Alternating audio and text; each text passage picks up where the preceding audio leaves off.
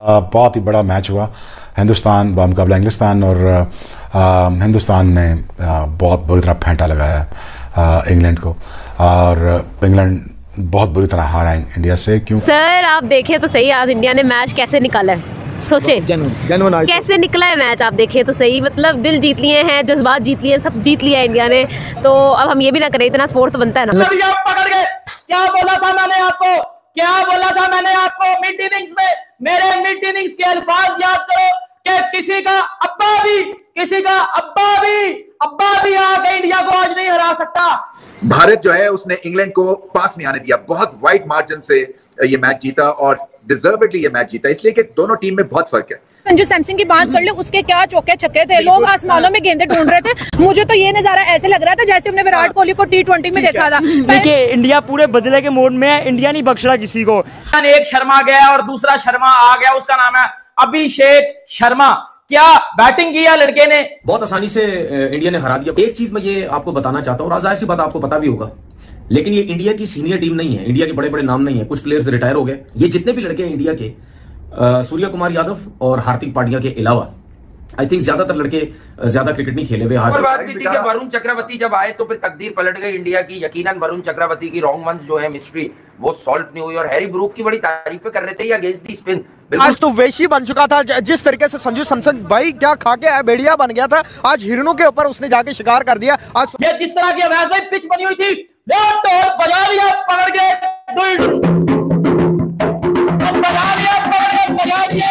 बजा दिया पकड़ के इंग्लैंडियों को पकड़ के घंटा बजा दिया इंडिया ने। इंडिया पहला मैच और इंग्लैंड तो काफी रस्टी नजर आया।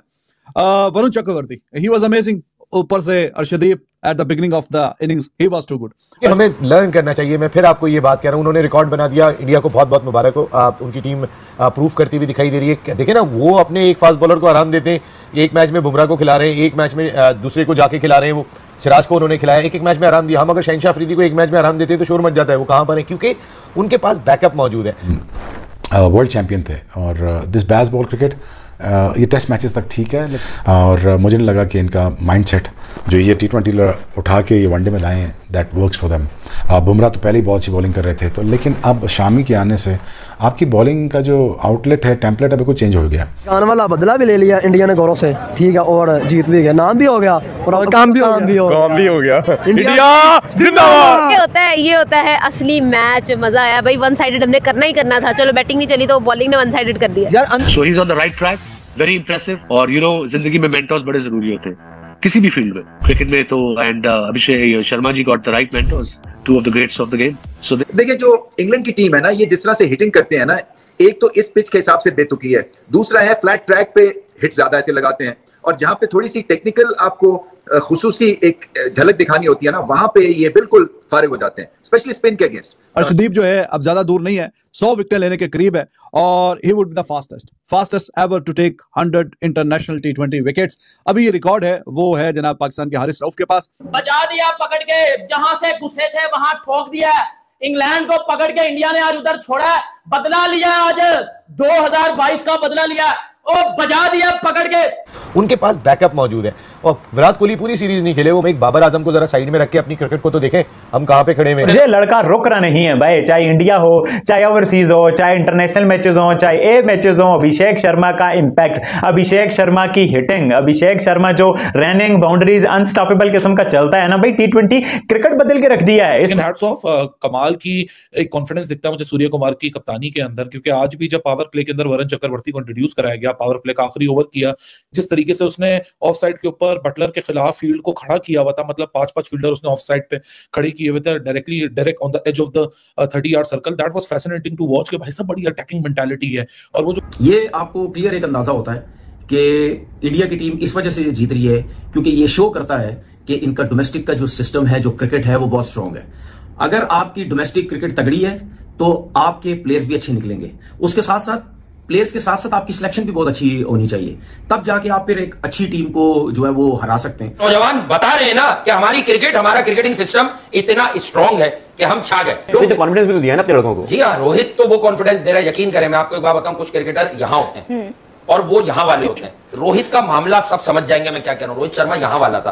I think Shami is a great sport. आज तो बिल्कुल अंधा कर दिया शामी ने और इंग्लैंड को सांस ही नहीं दिया। मेरा ये ख्याल है कि शामी को नए बॉल से बॉलिंग करानी चाहिए। मुझे ये लगता है कि नया बॉल उनको देना चाहिए। अगेन बहुत रूथलेसली इंडिया जा रहा है आगे। मतलब आप अंदाजा लगा लो कि जिस तरह की बॉलिंग आज टीम इंडिया ने की है, इंग्लैंड तो मुकाबला भी करता नजर नहीं आया। इंग्लैंड तो मुकाबला करता भी आज नजर नहीं आया। इंग्लैंड को वहां मारा जाके जहां से ये निकले हुए थे।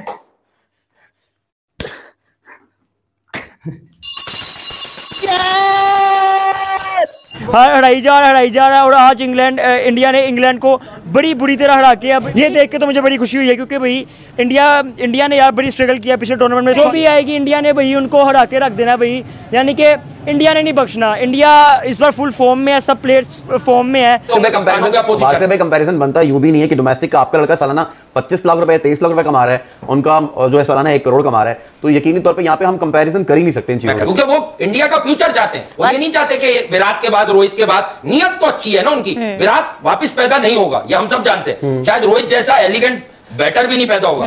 एशियन ब्रेडमैन जहीर अब्बास साहब, बड़ा नाम सुना होगा आप दोनों ने, वो एक ही आदमी से इंस्पायर है।